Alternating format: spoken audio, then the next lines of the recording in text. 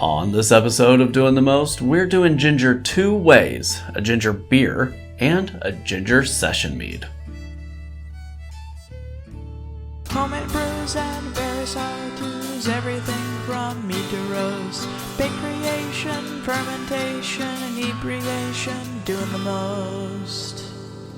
Both of these recipes are converted from a recipe that I created years ago when I was really into drinking dark and stormies, which is some ginger beer and a shot of dark rum. Back then I was mixing this up in 1 liter swing top bottles and sweetening it with sugar, and once they were carbonated up, I stuck them in the fridge and tried to drink them before they exploded. And every now and then, they would explode. I've grown as a brewer since then, and I figured now is a great time to show a scaled up version of this recipe, both for a mostly non-alcoholic version and a version brewed up as a session mead. So let's take a look at the ingredients for our mostly non-alcoholic version.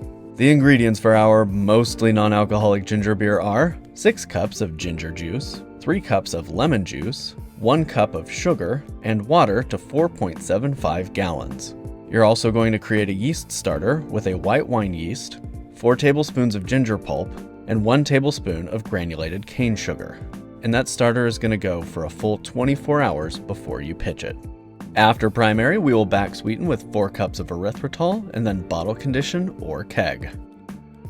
Now, if you're going to be kegging that recipe instead of bottle conditioning, skip the yeast starter, put the erythritol right into primary, get everything mixed together, and rack that off into your keg. You're ready to keg immediately. But if you're going to be bottle conditioning, mixing this up as one giant yeast starter is the best way to ensure that you'll get properly conditioned bottles. For our boozy ginger session mead, you'll need 6 cups of ginger juice, or up to 12 cups for a spicier batch, 3 grams of wine tannin, 3 cups of lemon juice, and 7 pounds of orange blossom honey, and top up with water to 4.75 gallons. I'm using D47 wine yeast. After primary completes, we'll be back sweetening with 2 pounds of erythritol, and then bottle conditioning or kegging. To make our ginger juice, we'll need a lot of ginger, and this was fresh organic ginger I picked up from the market. We're going to dice up our ginger, just making it into manageable chunks that will go right into your food processor or blender. Fill it up about 2/3 the way full, and then pulse it a few times just to get it started. Then we're going to be adding just enough water to get it moving on its own, and this turns out to be very little water. So pulse and push and add a little water and pulse and push until it starts moving on its own. And as you can see here, that was about 1/4 gallon of water that was required to get it moving. Then we'll press out all the ginger juice. I'm using an antique sieve here to press the juice out. And really the goal behind this is to not have all that woody pulp in our brew. I've been making non-alcoholic ginger beer like this for about 10 years now, and it works really well to impart a ginger flavor without having a lot of solids in the brew. Then we're going to put that pulp back in the blender and give it one more round of blending and juicing. And this extracts quite a bit of the flavor from the ginger root. And then I'm just repeating until I've juiced all of my ginger. This took a while, about 45 minutes to go through the whole process. But I ended up with a little bit over 1 gallon of ginger juice. I really like this sieve. I bought this contraption from a flea market for Anna when she was juicing a lot of fruit for panna cotta and other things, and it works really well. And now we're ready to begin on our non-alcoholic batch. Now this will be like 0.5% alcohol, the equivalent of the amount of alcohol that would be in like a kombucha or a naturally carbonated soda. So I consider this to be basically non-alcoholic. We are mixing our EC1118 wine yeast with a few tablespoons of the ginger pulp and a tablespoon of sugar, and then just topping that up with water. And we're going to give it a full 24 hours for the party to get started before we mix up our must. A quick point about this yeast starter that we're doing. We're starting it in that jar, and then that is going into the entire 5-gallon batch, basically turning that whole 5-gallon carboy into one big yeast starter. This is one of the very few times where I would say it's perfectly okay to use bread yeast in this recipe, because all we're looking for is bubbles, and bread yeast does that. Additionally, our non-alcoholic version, when mixed up, is far from clear, so who cares about flocculation? But for this, we used EC1118, which is a champagne yeast, definitely known for getting you bubbles. You could also use any neutral white wine yeast. The point is, we want a healthy yeast colony in there because when we prime it with priming sugar, we want to ensure that there's going to be a healthy yeast colony in there to make sure that it carbonates up in the bottle. A lot of folks will use a ginger bug for making ginger beer, which relies on the microbes that live on the ginger itself in order to kickstart that fermentation. Others will use a pseudo ginger bug pseudo yeast starter like the one that we used here. However, EC1118, the yeast that we used here, is a killer factor yeast, so it's going to go in and target all those microbes that came from the ginger. Starting our yeast starter this way just gives the yeast a little bit something other than sugar to munch on during that 24 hours that your starter's coming together. 24 hours later, it's foaming and bubbling and kind of looks like a ginger lava lamp, so we're ready to go. This comes together super quick. First, we add in our cup of sugar, and this is just a little bit of food to get our yeast going, get them active. That goes right in. And then our ginger juice goes in. This turns out to be a pretty good level of spice, and the spice seems to come through even more as it ages in the bottle. So all of our ginger juice goes in, and then our lemon juice goes in. The lemon juice gives it a little bit of that citrus note, but is mostly there to provide an acid that complements the ginger flavor. And then we just top this up with water, and then strain our yeast starter right in, making sure no chunks of ginger get in there. Stir, stir, stir, and then we'll take a hydrometer reading, and you can see that it's just above 1.000. It'll take about 48 hours for that to ferment out, and basically it just creates one giant ginger-flavored yeast starter. Next up is our boozy ginger session mead. That starts with weighing out our honey, and I'm weighing our orange blossom honey out of a bucket here, so I'm measuring it into a water jug on top of our scale. This process takes a little while, and I'm sure there are better ways of doing it, but this is mine. Wouldn't this make a great screensaver? Once we're all weighed out, we'll just tip that bucket right back and check it again on the scale. Nailed it. And we're ready to mix it all up.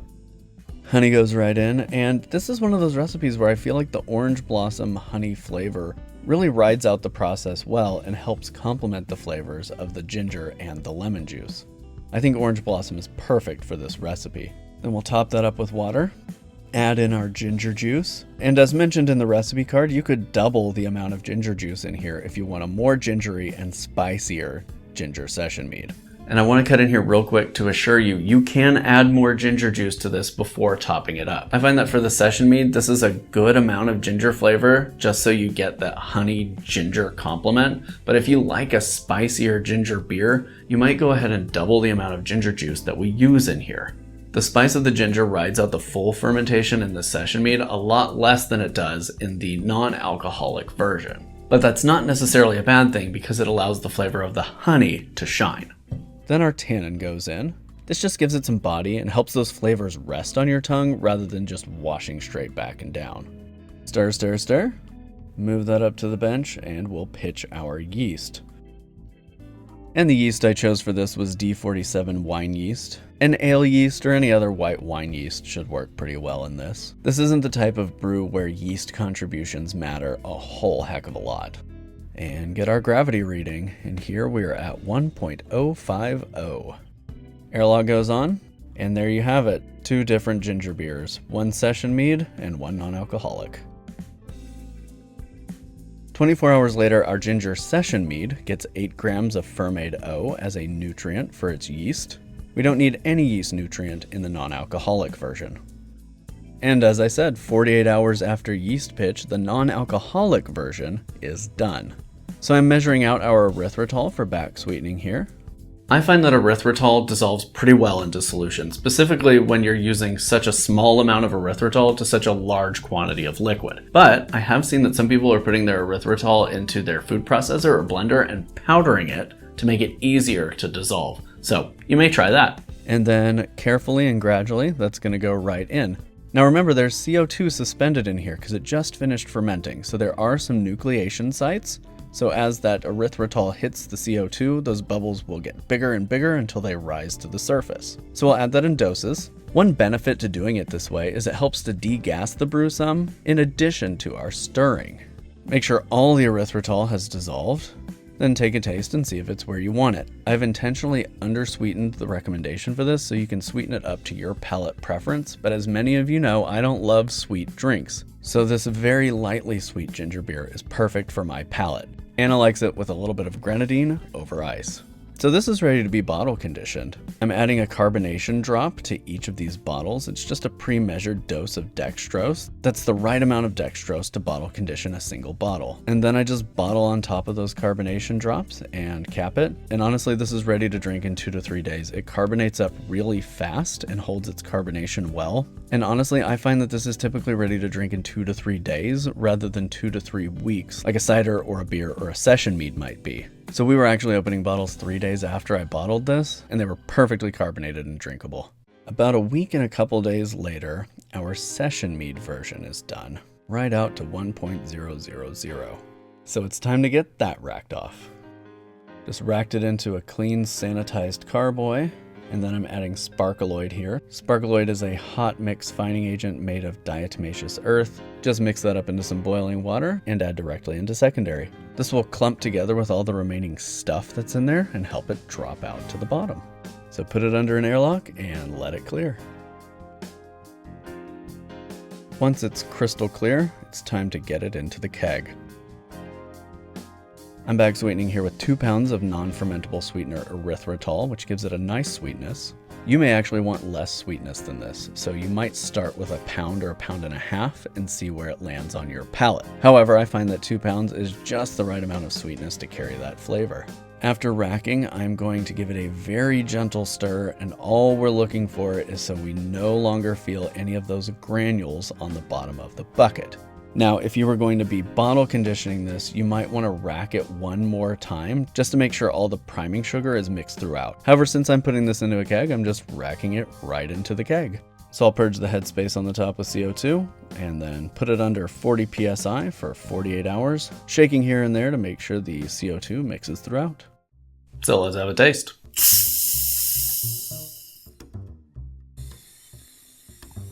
And now from the keg. As you can see, they appear quite a bit different. Let's go in for the non-alcoholic version first. It's light and it's spicy. The lemon juice is there, it gives it a nice undercurrent of acidity that kind of bolsters up that ginger flavor.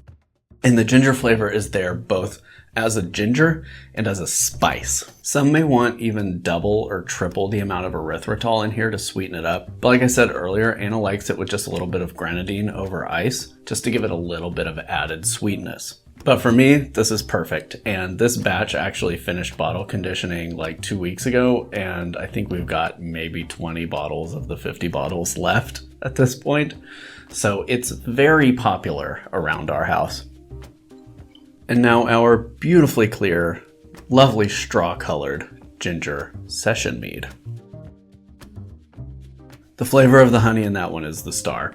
It comes through really nicely. That added bit of back sweetening over what I would typically add creates a little bit of a sweeter drink than I'm used to. But given we're trying to get honey to compete against the spice of that ginger, the sweetness level is actually fairly nice. And also back sweetening with erythritol instead of maybe like stabilizing and back sweetening with honey creates a less viscous session mead than you would get if you back sweetened with honey. That keeps it lighter on the palate, easier to drink, but you still have that nice rolling spice. Honestly, this is going to sound unlike me, but this one could be served over ice just as easily as that one. It's like a honey forward ginger lemonade. Really nice. This keg may not make it to summer. Before we close out, I want to address one more question that might be lingering in your mind about this video. What to do with all that ginger pulp? Well, the good news is that it freezes well, so you can use it in all sorts of food endeavors. But the one we recommend is candying your ginger. And there's a recipe by Alton Brown that works really well for this. I'm just going to put up our adapted version on the screen so you can screenshot it right now. It comes out looking like this. These candied ginger bars are nicely sweet, super spicy, nice and crunchy, so good. So good. So good. And we made a ton of them from the ginger from these batches. Our friends were super stoked about it. I hope you enjoyed this video. If you did, please hit that like button underneath there, and you can join the channel. Right down there close to the like button, there's a button that says join, and for $4.99 a month, you can help support all of this. We really appreciate the folks who support this channel. If you haven't subscribed yet, please hit that subscribe button and ring that bell for notifications. We do all kinds of home brewing content here, so don't miss out. You can follow us on Instagram and Pinterest at doingthemostok. Our website's doingthemost.org. We're on Twitch now at doingthemostok, and we've got a Discord server at discord.doingthemost.org. Until next time, happy brewing, happy drinking, cheers, and live that spicy life.